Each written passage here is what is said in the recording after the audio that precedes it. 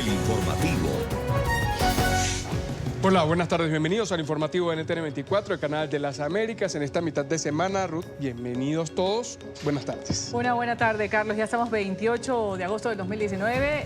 Gracias por continuar con la señal de las Américas aquí en NTN 24. Vamos. Informativo con Carlos Figueroa y Ruth del Salto. Hablamos de una masacre registrada en Veracruz con ráfagas de metralleta, cócteles Molotov. Un grupo de hombres ha atacado un bar, causándole la muerte a 26 personas. Estas bombas caseras ocasionaron un incendio. Las autoridades adelantan un operativo para capturar a los responsables de este hecho, que además ha dejado 19 personas heridas. El gobernador del estado aseguró en horas de la mañana que ya identificaron al autor material. El crimen no da tregua. Pasada la medianoche, el bar Caballo Blanco en Veracruz se convirtió en una escena de violencia y muerte. Un grupo delictivo ingresó al lugar amenazando y disparando contra los asistentes. Posteriormente, según relataron los testigos, cerraron las puertas de salida de emergencia e incendiaron el lugar. Varias bombas Molotov fueron lanzadas al interior del recinto. Rápidamente las llamas se extendieron y 23 personas fallecieron en el lugar. Bomberos, Protección Civil y la Policía Municipal llegó al lugar para atender la emergencia. 19 personas fueron rescatadas con vida pero gravemente heridas. 3 de ellas fallecieron posteriormente en el hospital. Tenía una salida lateral, No pudieron salir porque el incendio al parecer se generó a la entrada del lugar. Entonces la confusión y el dolor reinó a las afueras del bar. Madres, esposas e hijos intentaban obtener información sobre sus familiares. Lo que quiero es saber si está bien o no, pues lo que Dios diga. La Fiscalía General inició una investigación para determinar de manera clara el origen de la conflagración y los responsables. El gobernador del estado informó a primera hora de este miércoles que fue identificado el autor material del ataque. Los indicios sobre el deplorable crimen en el bar de Coatzacoalcos señalan a que uno de los autores materiales es Ricardo N., alias La Loca, a quien las Fuerzas Coordinadas de Veracruz detuvieron en julio de este año y fue liberado en menos de 48 horas por la Fiscalía General Estatal. Por su parte, el presidente Andrés Manuel López Obrador lamentó los hechos y aseguró que la Guardia Nacional y la Secretaría de Seguridad Pública de Veracruz trabajan en conjunto para capturar a los responsables. Lamentable que la delincuencia organizada actúe de esta manera. Es lo más inhumano que puede haber, el actuar de esta forma. Pero lo otro, que también es condenable, es que exista contubernio con autoridades. Este no es el primer ataque que ocurre en la ciudad a un comercio nocturno. Hace 5 días también fue incendiado el bar La Catrina. Testigos aseguraron que un grupo armado llegó al sitio, disparó con arma de fuego y posteriormente le prendió fuego. El dueño y una bailarina resultaron gravemente heridos. La causa sería presionar un pago obligatorio al grupo criminal.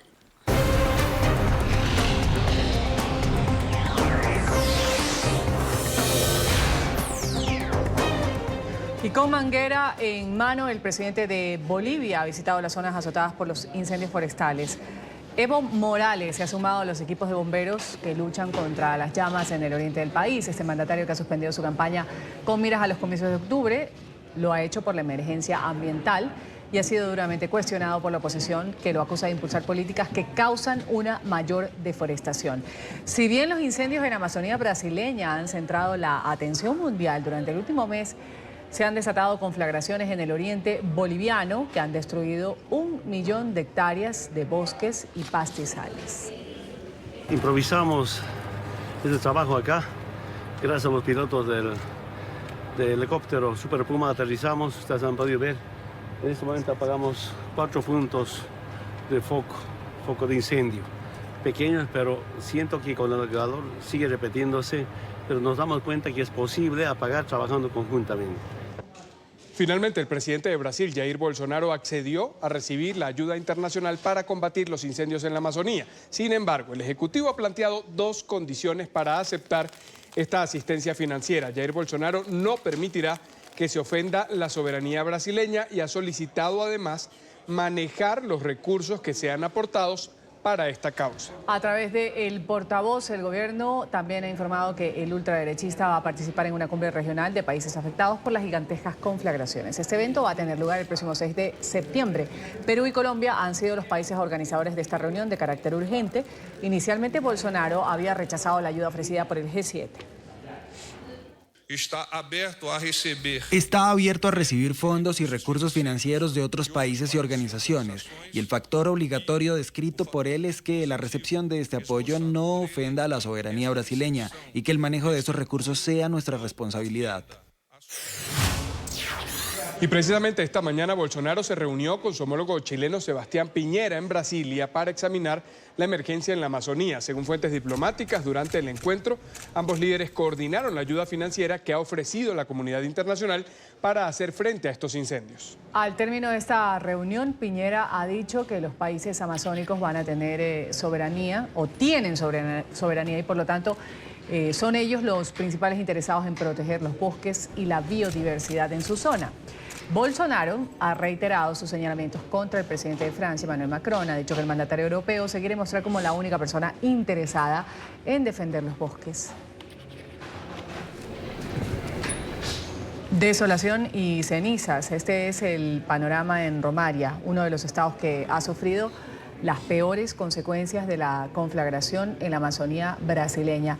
Ahí estamos con estas imágenes, se ve una densa nube de humo que desplaza con lentitud a lo largo de la región, especialmente en este estado que limita con Bolivia. El gobierno de Bolsonaro ha desplegado un gran operativo para combatir las llamas. La tormenta tropical Dorian, que avanza a esta hora por el Caribe, podría impactar en el este de Florida como un huracán de categoría 3. Ocurriría el próximo lunes. En este momento, 6 provincias en República Dominicana se encuentran en alerta amarilla. En la tarde del día de hoy, este fenómeno producirá vientos con fuerza, intensas lluvias también en las Islas Vírgenes y en Puerto Rico, según el Centro Nacional de Huracanes de Estados Unidos. Noticia en desarrollo con nuestra periodista Paola Serna. Paola, una buena tarde.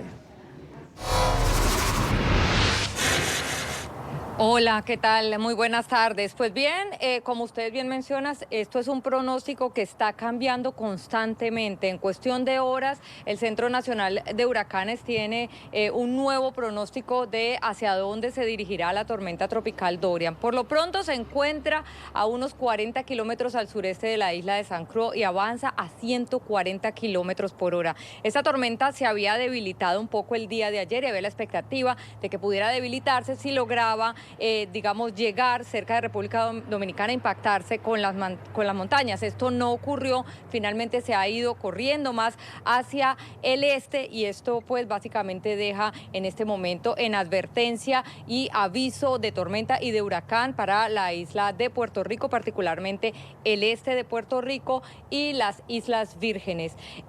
También les comento que esta tormenta tropical pudiera convertirse en un huracán categoría 3. Aún es prematuro para decir si llegaría con esa fortaleza a las costas de los Estados Unidos. Sin embargo, es importante monitorear su trayectoria.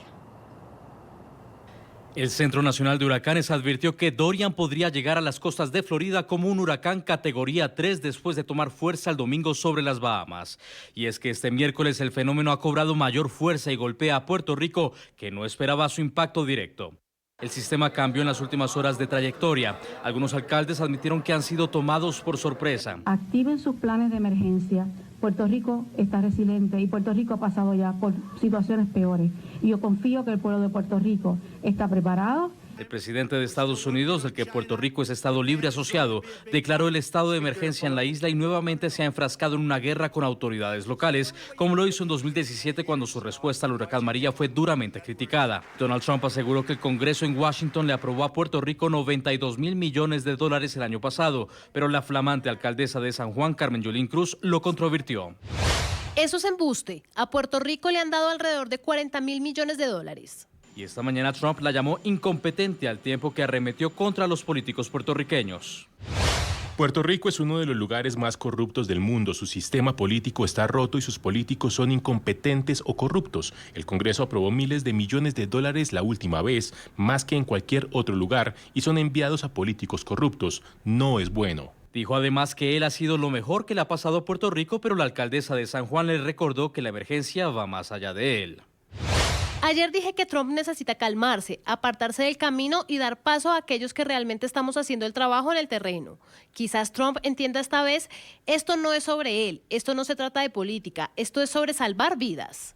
Mientras tanto, en República Dominicana, donde esperaban el impacto directo de Dorian antes del cambio de rumbo, siguen en vigilancia por los efectos de la tormenta tropical. Provincia en alerta amarilla. Dorian ya pasó por las Antillas Menores. En Martinica dejó casas inundadas y vías destrozadas.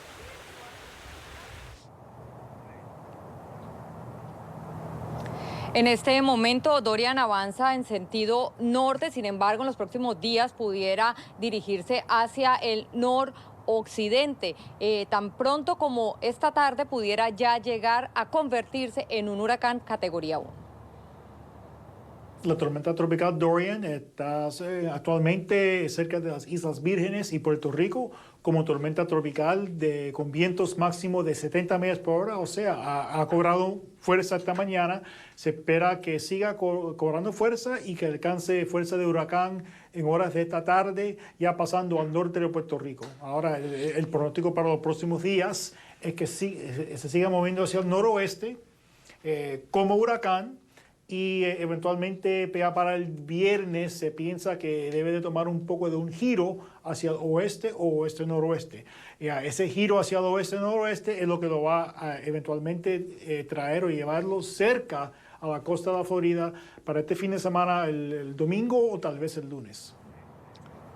Otra de las preocupaciones sobre esta tormenta tropical Dorian tiene que ver con la cantidad de lluvia. Incluso aquí en los Estados Unidos se espera que pudiera alcanzar hasta los 25 centímetros de lluvia que deje Dorian durante su paso por las costas, por la costa este del país. Por ahora la información desde Miami. Soy Paola Serna. Continúen con más desde nuestros estudios centrales. Muy buenas tardes.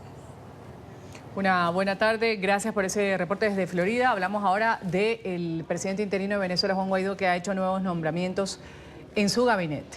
Leopoldo López será el encargado de coordinar el centro de gobierno para fortalecer el ejercicio de la presidencia, mientras Julio Borges será comisionado para las relaciones exteriores. La noticia en directo desde Caracas con nuestro periodista Luis Alejandro Laya. Luis, buena tarde, adelante. Hola, buenas tardes. El presidente encargado de Venezuela, Juan Guaidó, realizó nuevos nombramientos para su gobierno interino. Tanto Leopoldo López como Julio Borges, ambos líderes políticos venezolanos, tendrán cargos dentro de este gobierno. El primero de ellos será el coordinador del centro de gobierno para organizar a todos quienes hoy trabajan por Venezuela, y el segundo será el comisionado para asuntos exteriores. Con respecto al centro de gobierno, ya lo comentaba. Va a ser un espacio de articulación y lo haremos de la mejor forma posible, que no entorpezca las reglas de la embajada. ¿Cómo llamamos el nombre? Bueno, como primero por necesidad política del momento. Es decir, de nuevo, la usurpación ha durado mucho más de lo que todos queremos. Hoy todos queremos ejercer mucha más presión. Necesitamos mucha mejor organización, como la vimos primero social el fin de semana pasado y hoy también política para ejercer cada una de las competencias. Esto responde a una necesidad política de este momento para ejercer mayor presión, articulación con los diferentes factores, no solamente a nivel nacional, sino también a nivel internacional. También hubo nombramientos en asuntos económicos para la ayuda humanitaria y la atención a las víctimas, y también para la recuperación de activos. El presidente encargado ha señalado que no será un impedimento que Leopoldo López esté asilado en la Embajada de España en Venezuela. Ha señalado que cumplirá con las normas para que pueda ejercer sus funciones. Esto viene orientado en dos elementos centrales: atender la emergencia humanitaria compleja que vive Venezuela, atender las consecuencias de esto, parte de eso el flujo migratorio, y por supuesto ejercer presión para lograr el cese de la usurpación. Por supuesto también prepararnos para la transición, prepararnos para una potencial elección libre, para que no nos pase como ocasiones anteriores que nos agarran, como dicen, descolocadas. No, en este momento estamos preparados y podemos hacerlo. Asimismo, Juan Guaidó ha ratificado a los presidentes de distintas comisiones, como por ejemplo Plan País, que es presidida por el diputado Juan Andrés Mejías, también a la Comisión de Ayuda Humanitaria, que es presidida por Miguel Pizarro y Manuela Bolívar, así como a la Comisión de Estrategia, a la cual ha incorporado a JJ Rendón. Desde Caracas, Venezuela, para NTN 24, Luis Alejandro Laya. Gracias, Luis, por tu reporte. Y por su parte, el gobierno colombiano ha saludado las recientes designaciones del gobierno interino de Venezuela. En un mensaje en la red social Twitter, el canciller Carlos Olmes Trujillo ha felicitado a quien desde ahora es su homólogo venezolano. Celebramos la designación de Julio Borges como comisionado presidencial para Relaciones Exteriores de Venezuela y le deseamos todo el éxito en su nueva labor. Felicitamos también a Alejandro Plas, Humberto Prados y Leopoldo López por sus nombramientos. Los migrantes venezolanos que están concentrados en el puente internacional de Rumichaca, luego de no lograr pasar desde Colombia hacia Ecuador por la exigencia de visa, pasan la noche en un refugio temporal en territorio colombiano. Tras una larga travesía, familias enteras se encuentran en este lugar con comida y abrigo. Pilar López, periodista de nuestra cadena aliada Noticias RCN, tiene el reporte hasta ahora. Pilar. Hola, muy buenas tardes. La policía continúa haciendo presencia aquí en el puente internacional de Rumichaca para prevenir cualquier desorden público o intentos de nuevos bloqueos. Hace mucho frío a esta hora, de hecho llovió toda la noche, a la madrugada y continúa el frío. Este ha sido un factor determinante para que los migrantes que se encuentran en este punto, Migración Colombia, hayan decidido trasladarse a los refugios que están habilitados. Uno de ellos, el más grande del país para migrantes paso a paso. Hasta allá llegaron, allá se quedaron y fueron acondicionados en 3 patios. Las llantas viejas y desgastadas de la silla de ruedas de Gember Torres evidencian la dura travesía que ha tenido que hacer durante 16 días para llegar desde Cúcuta hasta el puente internacional de Rumichaca. Su meta es cruzar a Ecuador, donde espera poder iniciar una nueva vida. A pie, caminando, mire cómo anda mi silla de ruedas, ya no tiene ni caucho, mire, porque todos los que han durado en el camino. 16 días, mire, se lo ha comido la calle. Su situación es más compleja que la de algunos de sus compatriotas. Por eso también hace parte de los venezolanos acogidos en el albergue para migrantes venezolanos más grande del país, que funciona en la ciudad de Ipiales. Ahí se refugia del frío y recibe alimento. Aproximadamente tuvimos 600 personas en el día de ayer, en la noche. Y pues ahorita lo que les digo nuevamente, el ejercicio es ingresar al comedor para su desayuno y luego ya ellos pueden ingresar, ya pueden hacer su salida. Como Gember, hombres, mujeres y niños venezolanos son atendidos con amor y hospitalidad. Ellos nos dan para dormir acá, nos dan comida, pero de todas maneras no era la idea, ¿verdad? Yo venía con el fin de llegar a donde estaba mi hija para que me hiciera ver con el médico, pues, que es lo que necesito. Estamos muy agradecidos aquí con los hermanos colombianos que de verdad los han brindado apoyo, los han brindado aquí donde dormí, por lo menos nos han dado comida. Nos dan este cafecito que está sabroso. El refugio paso a paso se ha convertido en una alternativa para los venezolanos que insisten en llegar a territorio ecuatoriano sin visa. Los ciudadanos venezolanos que pasaron la noche en el albergue ya se encuentran nuevamente aquí en este punto, luego hacia el mediodía son ya trasladados en buses para llevarlos nuevamente hasta el albergue donde toman alimento. Y además de abrigo y alimento, también reciben otros beneficios que les permite suplir necesidades básicas, especialmente de aseo. Desde el puente internacional de Rumichaca, con la cámara de Mauricio Mesa para NTN, informó Pilar López. Gracias, Pilar, por el reporte. Y hoy el gobierno de Donald Trump abre un nuevo canal diplomático con el gobierno interino de Juan Guaidó en Venezuela. El Departamento de Estado anunció la apertura de la Unidad de Asuntos de Venezuela. Es una oficina que estará a cargo del encargado de negocios de la administración Trump y estará ubicada en la Embajada de la Unión Americana en Colombia. Según el gobierno estadounidense, desde esta oficina se continuará trabajando por la restauración de la democracia y el orden constitucional en territorio venezolano. La Organización de Estados Americanos celebra a esta hora una sesión ordinaria para abordar una resolución sobre la violación de derechos humanos en Venezuela. También en la sesión condenan el ataque terrorista que ocurrió en El Paso, en Texas, y discuten una resolución sobre el nombramiento de una comisión para aliviar la crisis política y social en Nicaragua. Emiliana Molina tiene el reporte en Washington. Emiliana, adelante.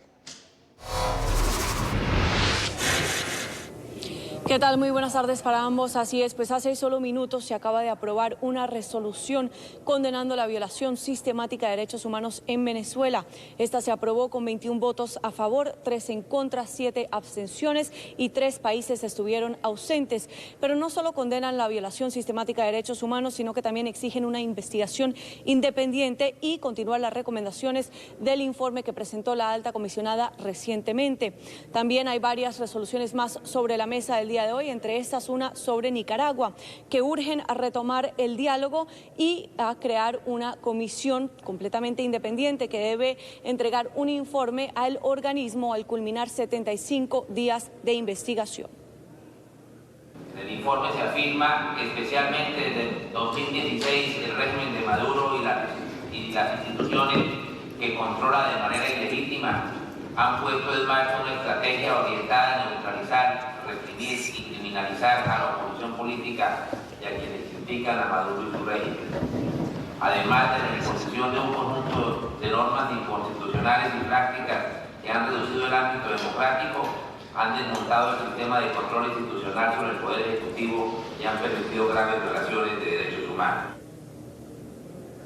Actualmente los países miembros del organismo están abordando la crisis política y social en Nicaragua, pero en los últimos minutos también se aprobó una resolución condenando el reciente ataque terrorista en El Paso, Texas, el pasado 3 de agosto, que cobró la vida de 22 personas. Parte de la resolución o de las recomendaciones que hace esta medida es que los países miembros de este organismo continúen trabajando en conjunto para combatir todo tipo de discriminación. Esta es toda la información que tenemos en directo desde la OEA. Emiliana Molina, regreso con ustedes. Gracias, Emiliana, por el reporte. Hay tensión entre Costa Rica y Nicaragua. El gobierno de Carlos Alvarado presentó una nota de protesta ante Nicaragua por la supuesta incursión de 6 militares nicaragüenses en su territorio el lunes pasado. Según las autoridades, los uniformados asesinaron a un hombre en territorio costarricense. Sin embargo, el régimen de Daniel Ortega ha rechazado las acusaciones. En un comunicado, señaló que Costa Rica pretende manipular la ocurrencia de un delito común con acusaciones falsas. Aquí hacemos una pausa en el...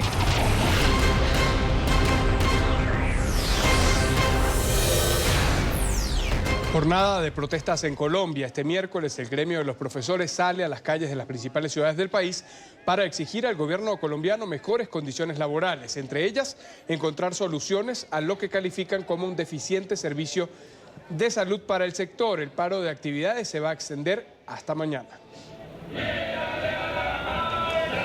Y en Perú, un grupo de arqueólogos ha descubierto los restos de 227 niños que fueron sacrificados de manera colectiva en un ritual de la civilización Chimú entre los años 1200 y 1400 después de Cristo.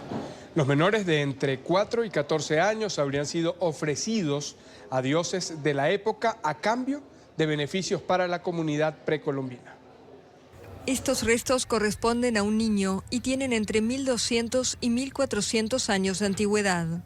Fueron encontrados en la costa norte de Perú, en un sitio de sacrificio masivo de niños. En total, los arqueólogos descubrieron restos de 227 menores de entre 4 y 14 años que fueron sacrificados en un ritual a los dioses de la cultura Chimú. Los restos se encuentran extendidos en posición mirando al mar. Algunos tienen piel, cabello y orejeras de plata. Según los arqueólogos, sería el hallazgo más grande de sacrificios de infantes del mundo. La civilización Chimú vivió a lo largo de la costa peruana hasta el actual Ecuador. Hacia el año 1475 desapareció, al ser conquistada por el Imperio Inca. Y llega a Nueva York la joven activista Greta Thunberg. 15 días atrás partió desde Reino Unido a bordo de un velero que cruzó con éxito el Atlántico. La joven sueca, líder del principal movimiento ecologista estudiantil en todo el mundo, va a participar en la cumbre climática que es organizada por la ONU. Alejandro Rincón tiene la noticia. Alejandro, buena tarde.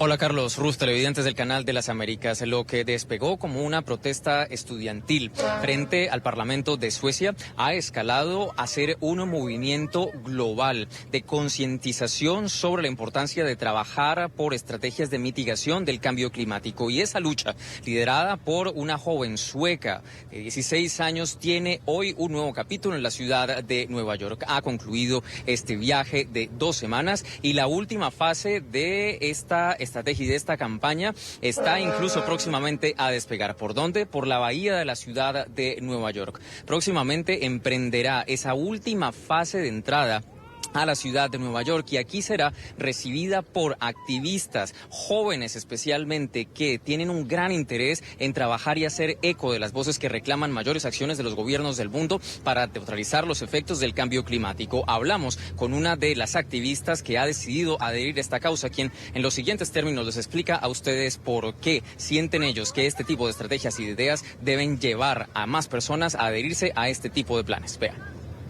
Lo que Greta nos está enseñando es que ya no queda tiempo.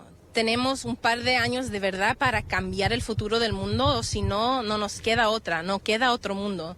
Y creo que con la inspiración que nos da Greta es también inspirar a mucho más gente joven, que en realidad mucha gente joven ya ha luchado por esto por mucho tiempo, pero tenerla como una voz para unir a todos es muy importante, porque ella dice, ya no podemos esperar más, ya tenemos la ciencia, ya tenemos las ideas, ya sabemos qué está pasando, solamente falta el cambio de los líderes, falta el cambio de las políticas y falta el cambio de las leyes que existen para de verdad actuar ahora. Esas declaraciones que ustedes acaban de ver les permiten entender cómo Greta Thunberg, de solo 16 años, ha llegado a constituirse en un verdadero símbolo global de una nueva generación, de un movimiento ecologista que realmente reclama respuestas y reclama acciones concretas a favor de estrategias de mitigación del cambio climático. Para los próximos minutos vendrá Greta a bordo de su navío, con el cual navegó por todo el Océano Atlántico durante las 2 últimas semanas. Será recibida al hacer el acceso a esta parte de la bahía y posteriormente será bienvenida formalmente a la ciudad de Nueva York con una ceremonia. Allí habrá una especie de bautizo a su embarcación y luego se espera que entregue algunas declaraciones a la prensa. Es de hecho este momento muy importante el que protagonizará Greta, dado que por invitación de la Organización de Naciones Unidas viene a participar en la principal cumbre sobre el clima del próximo mes de septiembre, en donde ella se espera que sea una de las voces líderes a nivel global para instar a los gobiernos del mundo a hacer más para neutralizar el cambio climático. Es todo lo que tenemos para ustedes por ahora en vivo desde el Bajo Manhattan. Continúen con más en el informativo. Alejandro, agradeciéndote, y lo haremos después de esta pausa.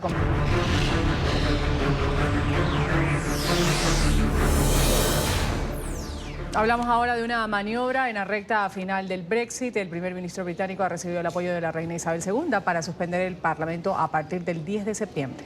El objetivo de Boris Johnson es impedir que los diputados, a través de mecanismos legislativos, se opongan a una salida del Reino Unido de la Unión Europea sin que haya un acuerdo.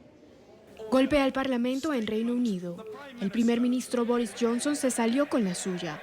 La reina Isabel II le aprobó su propuesta de suspender las sesiones del Parlamento a partir del próximo 10 de septiembre y hasta el 14 de octubre, justo 2 semanas antes del límite fijado para la salida del país de la Unión Europea y el día del llamado discurso de la reina.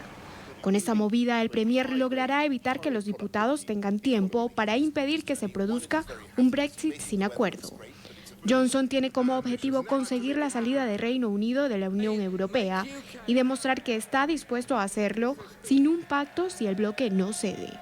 Por su parte, la oposición aseguró que la medida constituye una ofensa a la democracia y representa el inicio de una crisis constitucional. La suspensión del Parlamento no es aceptable, no está en marcha. Lo que está haciendo el primer ministro es una especie de aplastar y apoderarse de nuestra democracia para forzar una salida de la Unión Europea sin acuerdo. ¿Qué es lo que le teme tanto que necesita suspender el Parlamento para impedir que el Parlamento discuta estos asuntos? Entre tanto, el presidente Donald Trump expresó su respaldo a Johnson.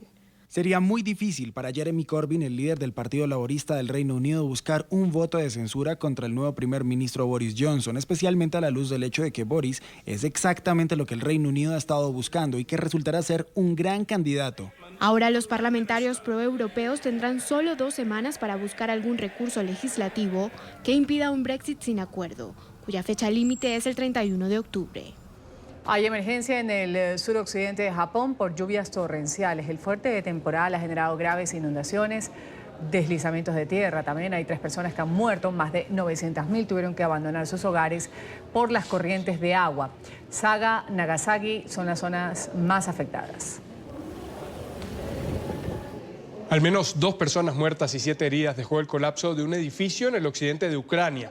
El derrumbe del complejo de apartamentos se generó por una explosión causada por una fuga de gas, según ha comunicado el Servicio Estatal de Emergencias. Los equipos de rescate avanzan en la búsqueda de sobrevivientes bajo los escombros. Los servicios de emergencia en Italia están en alerta por la erupción del volcán en la isla de Stromboli. Las autoridades han informado que esta actividad del coloso no ha dejado víctimas mortales. Es la segunda erupción en menos de un mes. El pasado mes de julio el volcán registró una explosión liberando una gran cantidad de magma que invadió una zona de este destino turístico. Una persona perdió la vida en esta oportunidad. En Hong Kong denuncian que la aerolínea local Cathay Pacific despidió al personal que apoyó las protestas antigubernamentales que estallaron hace 3 meses en el distrito financiero de la ciudad. Cientos de manifestantes rechazaron hoy esa decisión de la empresa. La protesta había sido convocada inicialmente fuera de la sede de la compañía en el aeropuerto de Hong Kong, pero no fue autorizada. Hace 2 semanas la terminal aérea se vio obligada a cerrar cuando activistas pro democracia se tomaron el edificio. El despiste de un viajero español ha ocasionado la cancelación de más de 130 vuelos en la ciudad alemana de Múnich. Este joven regresaba de sus vacaciones en Tailandia y hacía conexión para irse a Madrid. Al bajar del avión fue a buscar su segundo vuelo, pero desorientado tomó la dirección equivocada, intentó acceder a una zona de paso restringido por error y activó las alarmas. 2 terminales tuvieron que ser desalojadas, esto como parte de los protocolos de seguridad. El desprevenido turista, quien permanece detenido, se enfrenta ahora a un proceso penal. En España, la oposición política no ha conseguido los votos suficientes para exigir la comparecencia en el Congreso del presidente de gobierno en funciones, Pedro Sánchez. El objetivo era que el alto funcionario explicara su posición frente a la acogida de los migrantes que iban a bordo del buque Open Arms. El reporte enseguida con Marcelo Moncayo. Marcelo.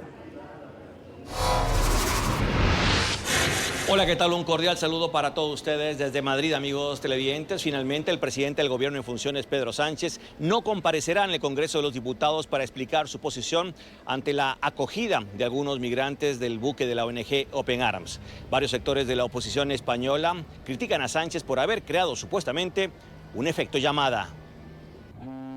El buque de guerra español Audaz ya tiene a bordo a 15 de los migrantes rescatados por el barco de la ONG Open Arms, como parte del acuerdo con la Comisión Europea de repartición de migrantes que iban en esa embarcación y que llegaron a Italia pese a la negativa del ministro del Interior italiano Matteo Salvini.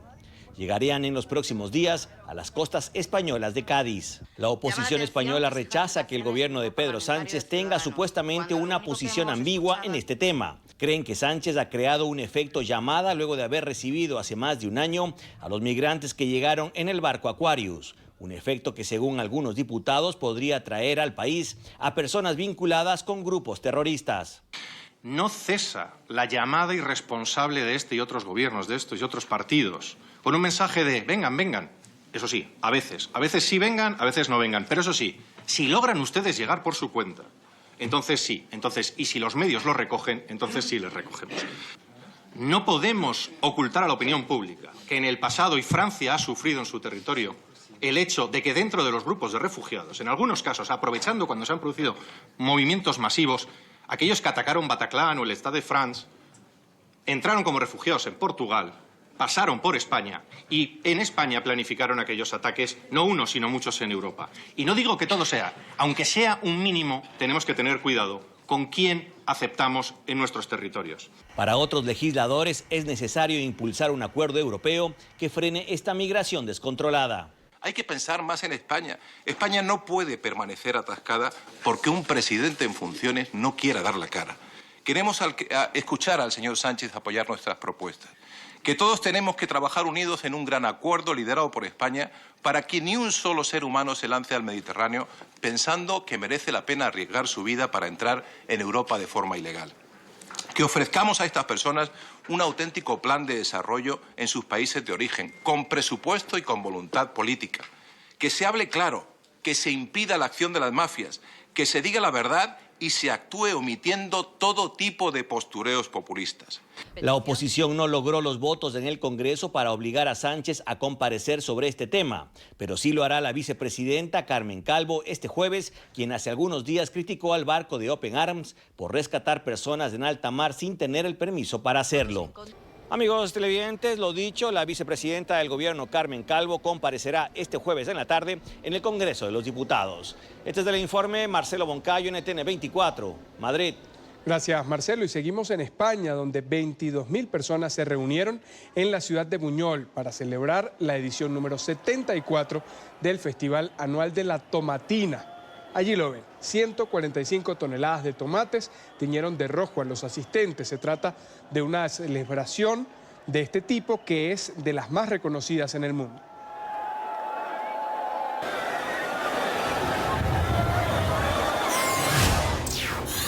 Hablamos ahora de una competencia bastante particular en el Reino Unido. Estos conductores desafiaron la gravedad en el campeonato anual de autos voladores. Debían rodar sobre una rampa, saltar la mayor cantidad de vehículos, utilizar el aterrizaje perfecto. El ganador se llevó un premio irrisorio de $61 porque lo que hacían era subir sobre chatarra, caer encima de chatarra.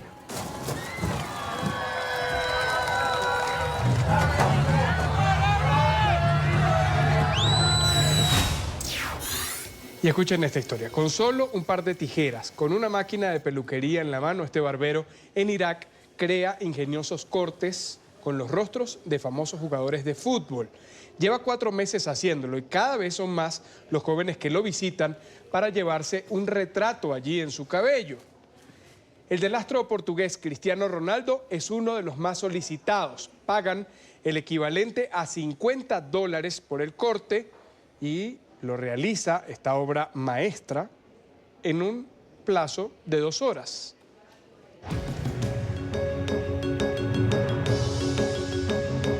Vamos aquí a una pausa por ese resumen deportivo. Gracias a ustedes por su sintonía con el canal de las Américas en NTN 24. Sí. Sigan informados a través de Twitter.